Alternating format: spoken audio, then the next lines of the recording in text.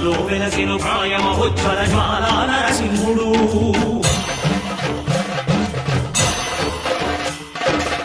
భక్తాభిష్టములన్నీయు తీర్చే లక్ష్మీ నరసింహుడు